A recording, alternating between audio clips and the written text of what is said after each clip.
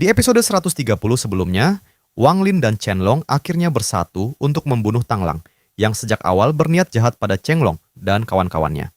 Pertarungan mereka mengguncang langit. Di tengah kekacauan itu, muncul token legendaris yang selama bertahun-tahun diburu para kultivator. Chen Long sempat mendapatkannya, namun token itu terlepas. Saat Tang Lang hendak merebutnya, Wang Lin mengucapkan satu kata dingin, "Stop." Segalanya membeku. Tang Lang kaku tak berdaya.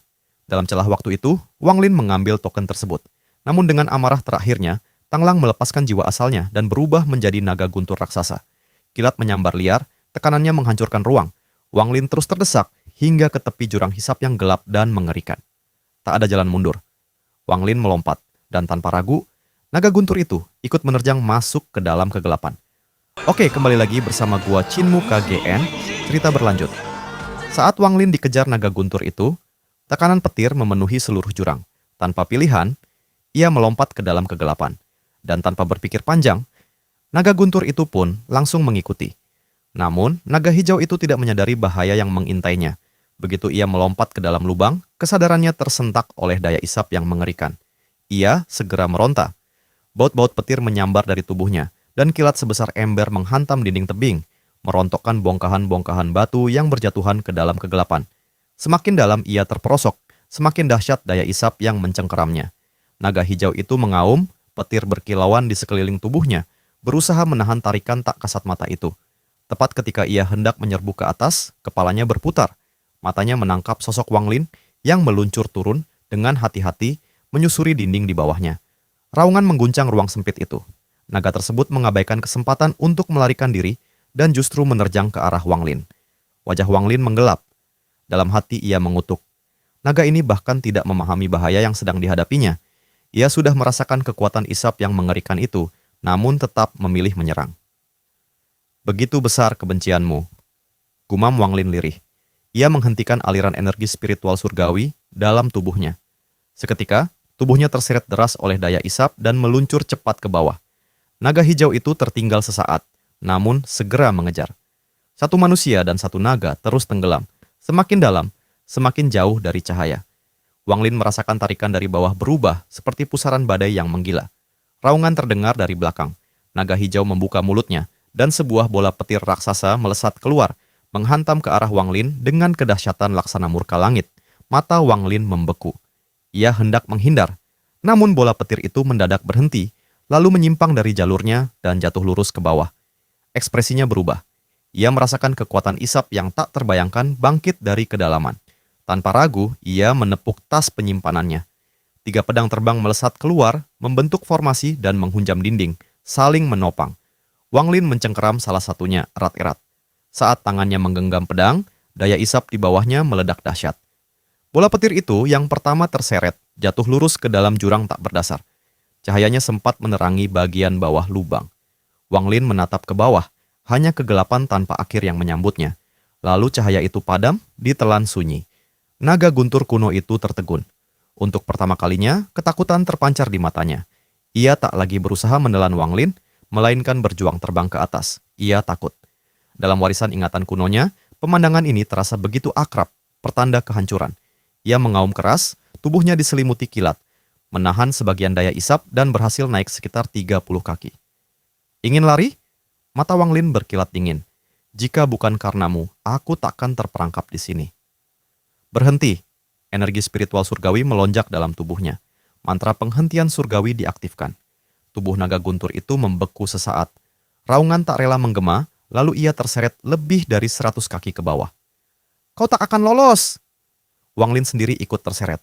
3 pedang yang menancap di dinding tergesek turun, mengoyak 3 luka panjang di batu keras. "Hentikan!" Mantra itu diaktifkan lagi. Segala serangan naga guntur tak mampu mendekati Wang Lin. Semuanya tersedot sebelum mencapai sasaran.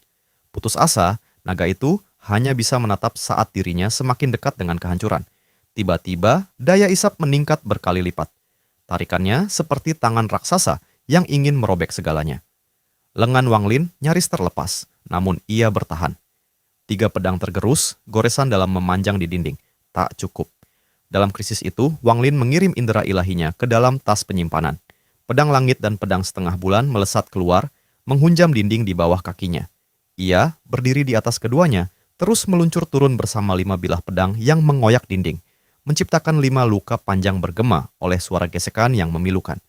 Sementara itu, naga guntur tak lagi mampu mempertahankan wujudnya. Tubuhnya memanjang, terulur menjadi aliran gas hijau bercahaya redup, terseret bagai meteor yang jatuh tanpa kendali. Turun! Suara perempuan misterius dari dalam tas Wang Lin kembali bergema di benaknya. Wang Lin menatap ke bawah. Dengan bantuan cahaya hijau samar itu, ia melihat bayangan menonjol secara horizontal dari dinding. Cahaya meneranginya sejenak. Sebuah batu besar, selebar hampir 100 kaki. Dan di atasnya, sebuah susunan formasi transfer. Sebelum ia dapat melihat lebih jelas, cahaya hijau melemah dan bayangan itu kembali ditelan gelap. Formasi transfer? Gumam Wang Lin, matanya menyipit. Tiba-tiba pedang langit lenyap dari bawah kakinya, disusul pedang setengah bulan. Ada celah. Tanpa ragu, ia mengayunkan tubuhnya ke dinding dan masuk ke dalam retakan selebar 10 kaki. Begitu berada di dalamnya, ia segera menarik kembali seluruh pedangnya. Namun bahaya belum usai. Gas hijau yang tersisa kembali memadat menjadi naga. Dengan kegilaan terakhirnya, ia mengaum dan menerjang ke arah celah itu. Bukan untuk menyerang, melainkan mencari perlindungan dari daya isap maut. Dengan tekad putus asa, tubuhnya terbelah dua. Bagian bawahnya tersedot ke jurang, sementara bagian atas memanfaatkan momen itu untuk menyelusup ke celah. Mata Wang Lin membeku. Satu mantra, penghentian saja akan cukup membuat naga itu binasa. Naga guntur pun sadar. Ia membuka mulut untuk memuntahkan bola petir terakhir. Siapa yang lebih cepat, manusia atau naga? Namun Wang Lin memilih jalan berbeda. Ia memejamkan mata. Jiwa asalnya melesat keluar dari tubuhnya. Tepat saat naga itu memasuki celah dan hendak meludah, jiwa asal Wang Lin menelannya. Dalam sekejap, naga guntur terpana. Ia tak menyangka manusia ini berani melakukan hal yang bahkan tak akan dicoba para kultivator agung. Jiwa asal Wang Lin kembali ke tubuhnya. Ledakan dahsyat mengguncang batinnya. Meski hanya setengah tubuh roh, kekuatan naga guntur kuno tetap tak terbayangkan. Wang Lin segera mengaktifkan mantra pemecah jiwa, menyerapnya dengan paksa. Petir mengamuk di dalam dan luar jiwanya. Kilat merambat hingga ke tulang dan dagingnya. Di dalam celah, daya isap tak lagi begitu berpengaruh. Wang Lin memusatkan seluruh kesadarannya pada proses penyerapan itu. Jiwa asalnya berubah, bukan dalam jumlah, melainkan dalam kualitas. Seekor naga guntur kuno membentang di dalamnya bagai urat nadi petir. Cabang-cabang energi menjalar ke setiap sudut jiwa asalnya, mengubahnya secara misterius.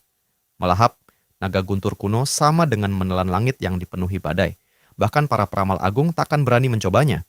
Namun di balik bahaya, tersembunyi kesempatan tak terbatas. Petir berkumpul dalam diri Wang Lin. Sebuah jejak guntur lahir di dalam jiwa asalnya. Perubahan itu mengguncang langit dan bumi. Mungkin kultivasinya tak langsung meningkat. Namun sebuah jalan baru telah terbuka. Jalan yang belum pernah ditempuh siapapun sebelumnya. Jiwa asal yang mengandung guntur. Bahkan para mahabijak belum pernah menyaksikan hal semacam ini. Namun naga guntur itu belum sepenuhnya menyerah. Di dalam jiwa asal Wang Lin, ia mengaum, berjuang, melancarkan serangan balik terakhirnya. Tubuh Wang Lin perlahan terangkat dari tanah, rambutnya melayang tenang seakan digerakkan oleh arus tak kasat mata. Dari pori-porinya memancar semburan petir, menyebar cepat ke dinding tebing, dan menimbulkan gema berderak yang berat dan dalam. Di dalam dirinya, jiwa asalnya telah berubah menjadi lautan kilat. Namun, naga guntur kuno itu tidak sudi tunduk. Ia mengamuk di dalam ruang batin Wang Lin, setiap raungan melahirkan badai. Setiap perlawanan melipat gandakan kekuatan petir yang meledak tanpa kendali. Tekanan itu begitu dahsyat. Jiwa asal Wang Lin retak di ambang kehancuran.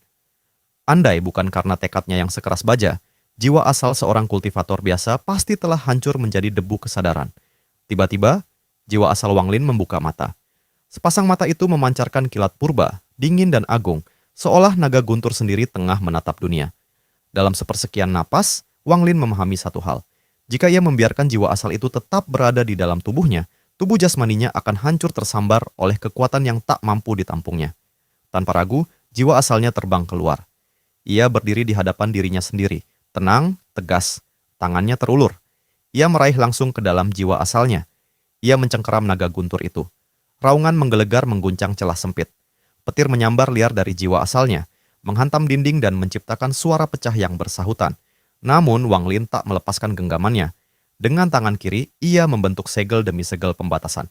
Ribuan simbol pembatas muncul, bercahaya redup namun syarat tekanan kuno, lalu menempel pada bagian naga guntur yang ia tarik keluar.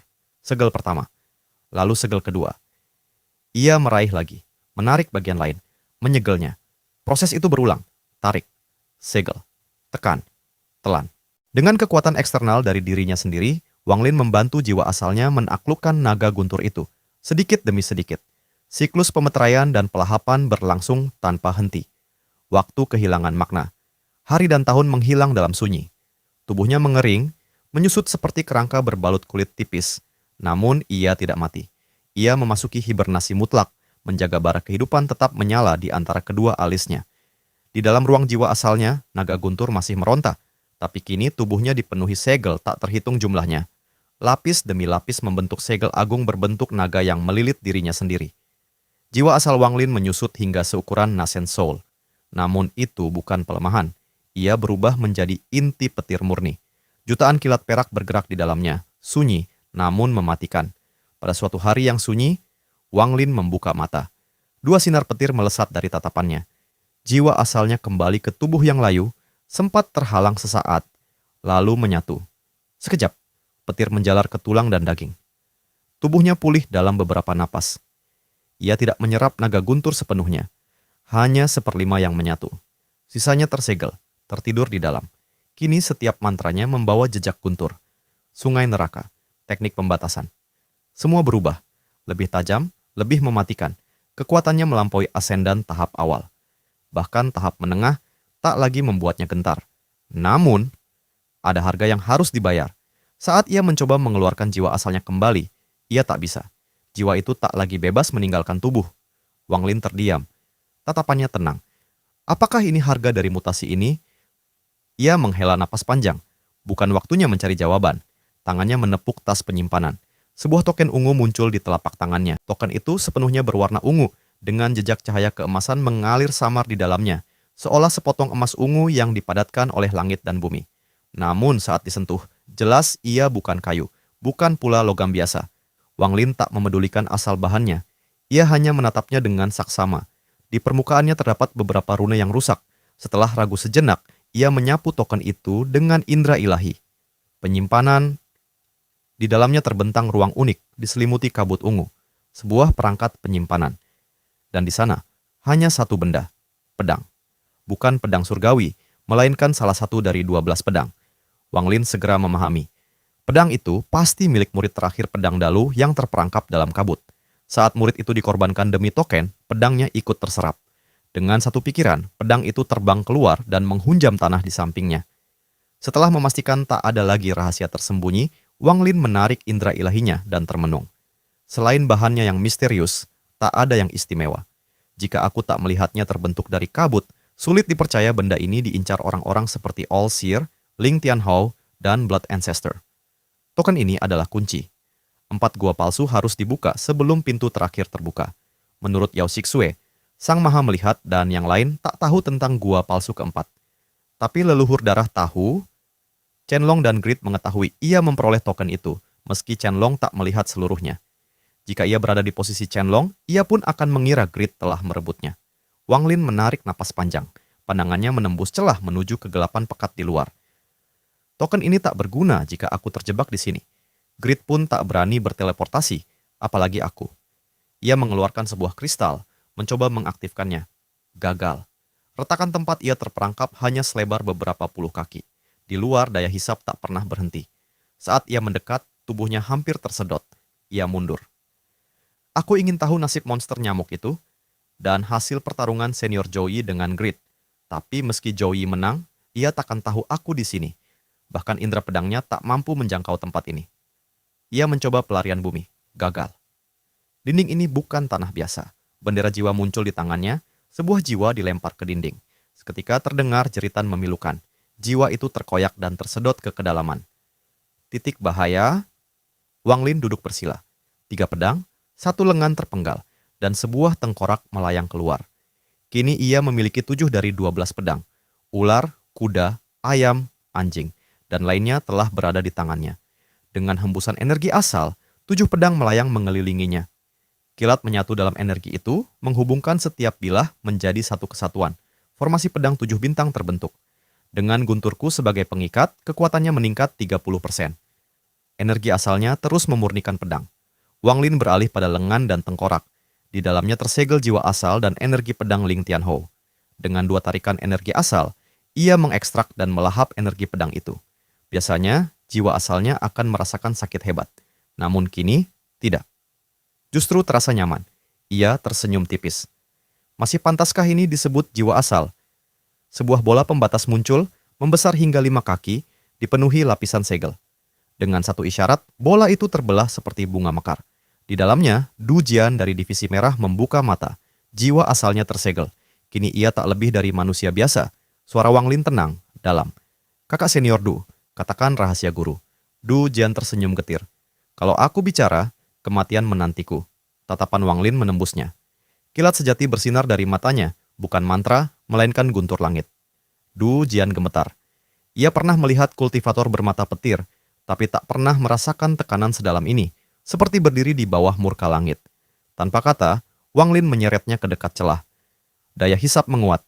Jiwa asal Du Jian mulai tercabut dari tubuhnya. Bicara. Satu kata. Tenang. Tanpa emosi. Jiwa Du Jian terlepas setengah. Ketakutan melumpuhkan dirinya. Aku akan bicara. Wang Lin melemparkannya kembali. Aku melihat guru melahap Sun Yun. Mata Wang Lin menyipit. Aku tak melihat langsung. Goblin gunung yang melihatnya. Saat aku menyerap energi spiritualnya, sebagian ingatannya ikut terserap. Dalam ingatan itu, guru dan Sun Yun bertarung. Lalu guru menggunakan mantra pelahap dan menyerapnya. Du Jian menarik napas. Wajah guru tampak menyesal. Wang Lin terdiam. Seperti apa pakaiannya? Du Jian ragu, lalu menjawab. Aneh, aku belum pernah melihatnya berpakaian seperti itu sebelumnya. Ia mengenakan jubah abu-abu. Tatapan Wang Lin mengeras. Jubah abu-abu? Du Jian mengangguk. Benar, jubah abu-abu. Maha melihat berjubah abu-abu? Menarik. Senyum Wang Lin tipis, namun dingin. Indra ketuhanannya telah lama mengunci Du Jian dan tidak ada tanda kebohongan sedikit pun. Ternyata, rahasiamu jauh lebih dalam dari yang kukira. Tatapannya membeku. Planet Tianyun menyimpan terlalu banyak misteri. Jika ia terus menggali, mungkin justru dirinya yang akan ditelan. Keputusan pun lahir tanpa ragu. Begitu keluar dari tanah roh iblis ini, aku akan menyatu dengan tubuh asliku dan pergi. Air di planet Tianyun terlalu dalam. Namun pandangannya menyapu retakan hitam di sekeliling. Asalkan aku bisa keluar dari sini. Du Jian memperhatikan perubahan itu dengan hati waspada.